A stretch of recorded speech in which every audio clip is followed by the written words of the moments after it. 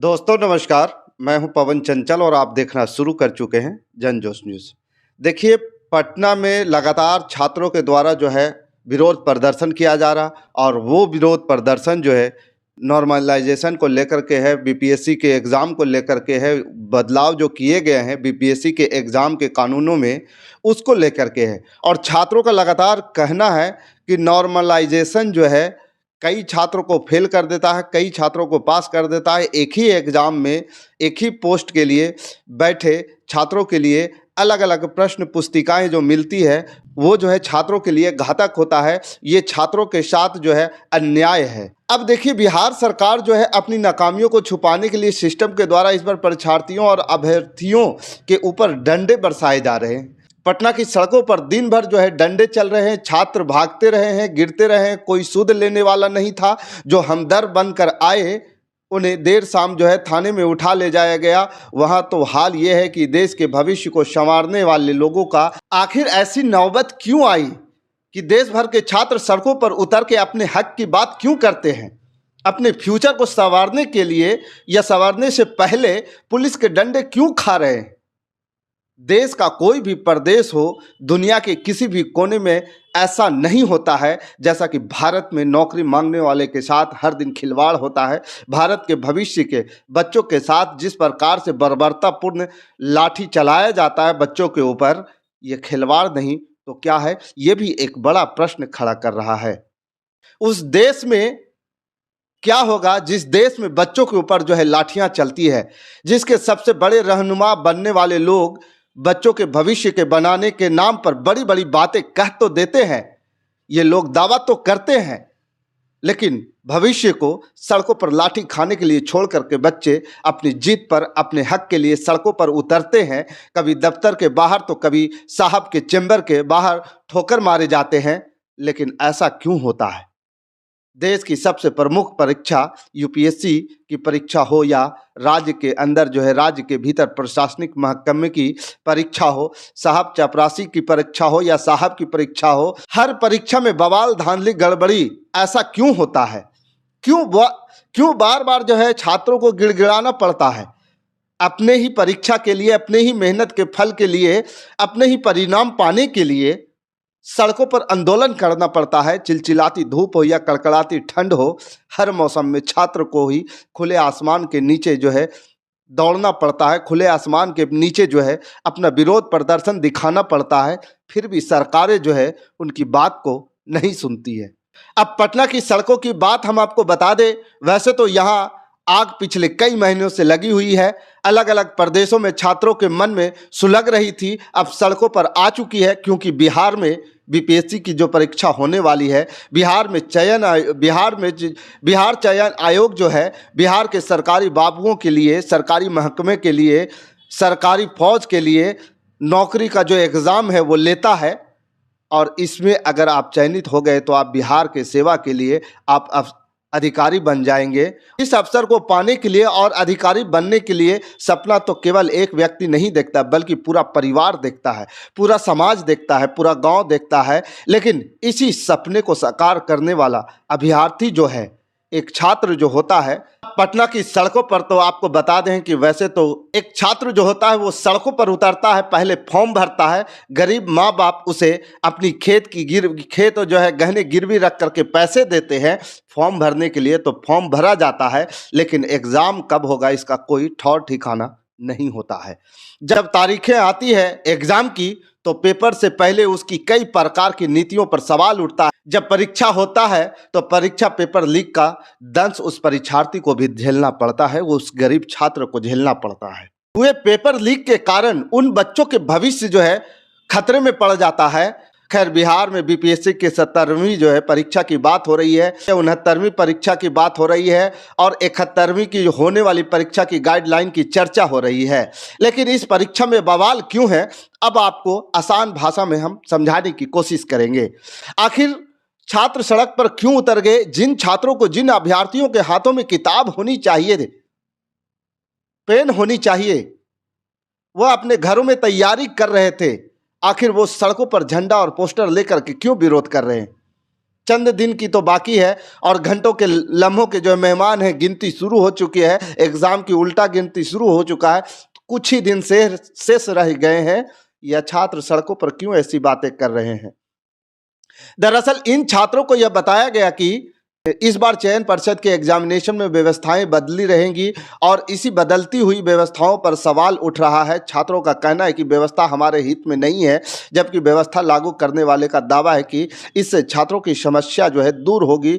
और इसी दो बात पर मुख्य रूप से टकराव जो है, हट एक तरफ जिद है तो एक तरफ जुनून है, एक तरफ कुछ पाने की ललक है तो एक तरफ सब कुछ खोने का डर सता रहा है। आइए आपको बताते हैं कि आखिर वह कौन सा दो प्रमुख शब्द है जिसे बोलने में तो बहुत आसानी होती है, बहुत क्रिटिकल भी हो सकता है, लेकिन दो शब्दों ने पूरे छात्रों का मकसद बदल दिया है। मेरे पीछे जो आप देख रहे होंगे नॉर्मलाइजेशन, यह शब्द जितना आसान है वो शब्द की बात करता है, सबको इक्वल ले जाने की बात करता है, सबको नॉर्मल करने की बात करता है। यह शब्द इस छात्रों को क्यों बेचैन कर रहा है, इन छात्रों के परिवार के लोगों को तनाव क्यों बढ़ा रहा है, क्यों इनके भविष्य को अंधेरे के तरफ जो है लेकर के जा रहा है और ले जाते हुए दिख रहा है। दरअसल बिहार में बीपीएससी की परीक्षा जो होने वाली है, उस परीक्षा को लेकर के यह चर्चा है। हालांकि अब तक बीपीएससी के तरफ से इसको लेकर स्पष्ट नहीं किया गया है कि वो लागू करेंगे या नहीं। चर्चा है कि छात्रों के बीच इस बात को लेकर के छात्रों के आंदोलन में अब गुरुजी कूद पड़े हैं। बीपीएससी और आयोग पर सवाल उठ रहा है। जिस नॉर्मलाइजेशन की बातें कही जा रही है और कहा जा रहा है, इसके पीछे छात्रों में जो अभ्यर्थी होंगे उनमें भेदभाव पैदा किया जाएगा और शासन के कुछ लोग, कोचिंग घराने के कुछ लोग, पॉलिटिकल लोग, कुछ पावरफुल लोग अपने हिसाब से बच्चों का भविष्य तय करेंगे कि कौन बच्चा किस लायक होगा, और इसी का विरोध अब होने लगा है। हम आपको समझाने की कोशिश करते हैं कि मुख्य मुद्दा क्या है। मुख्य मुद्दा है कि आखिर क्या होता है नॉर्मलाइजेशन। इसी को लेकर के विवाद आप देख रहे होंगे, तस्वीर भी हमने आपको शेयर किया है। बच्चे छात्र जो है अलग अलग सेंटर के बाहर जो है सड़कों पर बैठे हैं, प्रदर्शन कर रहे हैं। ये उनकी बातें हैं, अलग अलग जगहों से हमने इकट्ठा किया है। कुछ डिटेल्स जो है हम आज आपको जो है साझा करना चाहते हैं। आखिर ऐसा क्यों, और हर परीक्षा की जड़ जो है बिहार में ही क्यों? बिहार के बच्चे सबसे ज़्यादा किसी भी सरकारी नौकरी में एग्जाम की तैयारी करते हैं। इनको प्राइवेट नौकरी नहीं, इनको रुतबा सम्मान, और गांव के लोगों की भी यही चाहते हैं कि किसी व्यक्ति का बच्चा अगर किसी सरकारी नौकरी में है तो परिवार और बच्चा दोनों काफ़ी अच्छे हो। और इसी समाज के डर से, इसी समाज के भय ने छात्रों को सड़क पर लाया। बिहार लोकसभा आयोग के परीक्षा जो होने वाली है उसे लेकर के जो विवाद हो है वो दिखाई दे पड़ रहा है। अब सवाल ये है कि आखिर यह विवाद क्यों है, आखिर ये तस्वीर क्यों है, आखिर यह शिक्षकों की है, यह तस्वीर छात्रों की है। इस तरीके की तस्वीर ही क्यों किसी भी सरकारी दफ्तर के बाहर दिखाई पड़ रही है? मकसद हम आपको समझा देते हैं। अब आइए आपको समझा देते हैं कि आखिर मतलब क्या होता है नॉर्मलाइजेशन का। दरअसल इसका शुद्ध हिंदी होता है समानीकरण, यानी कि दो लोगों के बीच जो परीक्षा होगा उसका इक्वल कैसे किया जाएगा, बराबर कैसे किया जाएगा। एक ऐसी प्रक्रिया है जिसके जरिए छात्रों के नंबर तय होते हैं।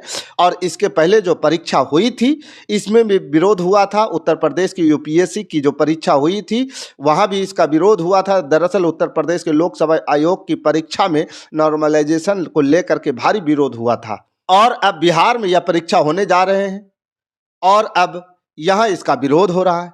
अभ्यर्थियों की मांग है कि आयोग दोनों ही परीक्षा, मतलब इस जो नॉर्मलाइजेशन का मतलब है एक परीक्षा को अलग अलग शिफ्ट में, अलग अलग पालियों में कराई जाए, और हर पाली का प्रश्न जो है अलग अलग रहेगा। तो एक दिन में, एक वक्त में जो बच्चे परीक्षा देने जाएंगे, दूसरे वक्त और दूसरे दिन में जो बच्चे परीक्षा देने जाएंगे उनका क्वेश्चन आंसर पेपर अलग अलग होगा। उसमें जो बच्चे सफल होंगे उन बच्चों को यह स्पष्ट जानकारी नहीं होगी कि आखिर उन्होंने इस परीक्षा में कितना नंबर सही बनाया और उनको कितना नंबर आया। इसी बात को लेकर के विरोध किया जा रहा है। यही नॉर्मलाइजेशन लॉ जो है, इसका पूरा फार्मूला जो है, जिसको हम आपको आगे बताएंगे कि आखिर फार्मूला क्या होता है। दरअसल इसके बारे में बताया गया है कि नॉर्मलाइजेशन जो है एक तरीके के आसान भाषा में हम इसको समझ सकते हैं और सही तरीके से, और परीक्षा होने या बिहार में जो 12-13 दिसंबर को परीक्षा होने वाली है, उस परीक्षा को लेकर के देखें तो इसमें जो एक परीक्षा बीपीएससी की होने वाली है, मान लीजिए कि 17वीं बीपीएससी की जो परीक्षा होने वाली है, इस परीक्षा में 12 दिसंबर को एक परीक्षा है और एक परीक्षा जो है 13 दिसंबर को होने वाली है। पहली पाली में जो परीक्षा होगी 150 नंबर के पेपर को होंगे, और दूसरी पाली में जो 13 दिसंबर को होने वाले अंक है वो भी जो है 150 नंबर के होंगे।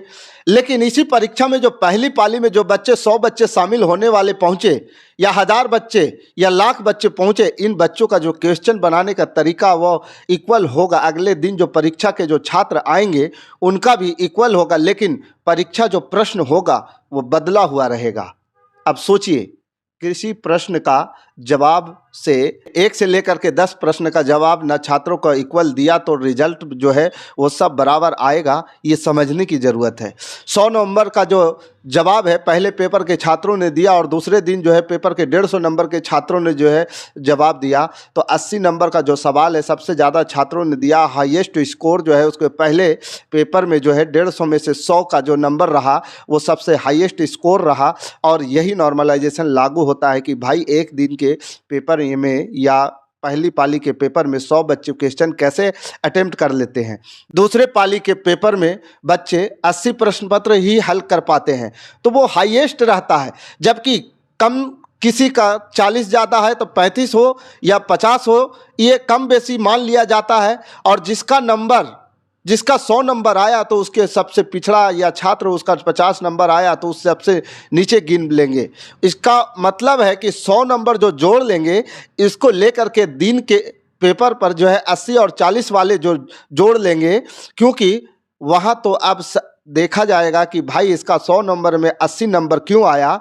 तो इससे समझने वाली बात यह होगी कि मैकेनिज्म जो है, विभाग का जो परीक्षा मैकेनिज्म है, वो ये कहता है कि इसका आधार मैथमेटिक्स के हिसाब से निकाला जाता है, और निकाला जाए, गणित के हिसाब से निकाला जाए तो प्रश्न पत्र आसान सभी छात्रों को लगे, क्योंकि सबने सामान्य तैयारी की है। उसमें सबने 80 नंबर बनाया या 90 नंबर बनाया, लेकिन जो परीक्षा 150 नंबर की थी उसमें बच्चे कम नंबर हासिल कर पाए, और ज़्यादा बच्चे, तो मकसद यह होता है कि वो पेपर हार्ड रहा, इसलिए ज़्यादातर बच्चे उसका रिजल्ट नहीं बना पाए। ऐसे में इन सभी बच्चों का जो रिजल्ट है वो इक्वल कर देना होगा, और यही मूल विवाद का कारण होता है। तो यही दोनों का कारण बराबर करना है, और एक मैकेनिज्म के हिसाब से औसत नंबर निकलेगा, वो दोनों बच्चों पर इक्वल निकाल दिया जाएगा। और विरोध भी इसी को लेकर के रहा है। हालांकि अलग अलग जगहों पर इसकी चर्चा अलग अलग तरीके से की गई है, लेकिन हम आपको आसान भाषा में कम समय में बताने की कोशिश करते हैं। आखिर माजरा क्या होता है? नॉर्मलाइजेशन का मतलब यही होता है, इसी में परसेंटाइल जो है लागू किया जाता है, और नॉर्मलाइजेशन और इसको लेकर के जो नंबर है वो निकाला जाएगा। छात्रों का कहना है कि ऐसी व्यवस्था से किसी छात्र को उचित जो नंबर मिलना चाहिए, उसको अंक मिलना चाहिए, उनको जो उचित मेहनताना मिलना चाहिए वो नहीं मिल पाता है और नहीं मिल पाएगा। अब समझिए कि हम पूरे दिन काम करते रहते हैं, मेरी दिहाड़ी 100 रुपये है, और मेरे साथ ही काम करने वाले किसी व्यक्ति के सेकंड में शिफ्ट में आता है, उसकी दिहाड़ी भी 100 रुपये हो जाए तो मुझे बुरा लगेगा। तो यह, जबकि संस्थान का कहना है कि जो व्यक्ति सेकंड में आया है वो देर रात तक रहा और आपसे ज़्यादा काम करके गया, आप कम काम करके गए, बुरा लगेगा, क्योंकि उस वक्त की व्यवस्थाएं अलग थी और मेरी समय की जो व्यवस्था है वो अलग थी। ऐसे ही छात्रों को लग रहा है कि जो सिस्टम बीपीएससी के द्वारा लागू किया जा रहा है, नॉर्मलाइजेशन का नियम, तो मेरे मुताबिक कुछ लोगों को फ़ायदा पहुंच सकता है। जैसे कि व्यक्ति का शिफ्ट चेंज कर दिया जाए, और सुबह की शिफ्ट में जो ठंड में छूटते हुए आएंगे, वो जाहिर सी बात है कि सुबह से लेकर के दोपहर तक उसके काम करने के रेशियो में बदलाव होगा। और जो व्यक्ति दिन के उजाले में चिलचिलाती धूप में आएगा, उसका ठंड का एहसास नहीं है, तो आते ज़्यादा काम करेगा, उसका परफॉर्मेंस बेहतर हो सकता है। तो यही दोनों लोगों के, हालांकि दोनों ने उस वक्त न घंटा का शिफ्ट किया, लेकिन दोनों व्यक्तियों के 9 घंटे के शिफ्ट के काम करने का तरीका और काम करने के उत्साह का असर पड़ेगा। और यही चयन की प्रक्रिया मैनेजमेंट का होता है कि जो व्यक्ति ना 9 घंटे का जो काम से सेकंड शिफ्ट में कर दिया और बेहतर परफॉर्मेंस, उसको बेहतर अवार्ड दे दिया जाएगा। जो सुबह चिलचिलाती धूप में आया, फिर कड़कती ठंड में आया है, उसको जो नज़रअंदाज किया जाएगा, या फिर कहा जाए तो दोनों लोगों को आप इक्वल, आपको भी 9 घंटे का काम शिफ्ट और 9 घंटे में भी आपको रिजल्ट दोनों को अलग अलग शिफ्ट का अलग अलग रिजल्ट देने की ज़रूरत है। 9 घंटे की शिफ्ट को तो आप लोग बराबर ही सब कुछ मिलेगा, इस बात का ऐतराज़ करेगा। बीपीएससी को भी लेकर के यही बात कही जा रही है कि अब रिजल्ट में गड़बड़ी, जो बार बार आरोप लगता है पेपर लीक हो जाती है, तो पेपर लीक इस वजह से बंद हो जाएगा। लेकिन अब दूसरे तरीके से इसमें गड़बड़ी की जा सकती है, क्योंकि किसी भी उम्मीदवार को यह एग्जैक्ट नहीं पता चलेगा कि उसने कितने नंबर का सवाल सही जवाब दिया है। सही जवाब दिया होगा तो उसका नंबर सही नहीं होगा, कितना नंबर आएगा ये भी नहीं पता चल पाएगा। यह जो नंबर है मैकेनिज्म का होगा, जो विभाग के पास होगा, परीक्षा आयोजित करने वाली संस्था जो है इसको रेगुलराइज करेंगे और नॉर्मलाइज करेंगे, तो इसी का विरोध हो रहा है।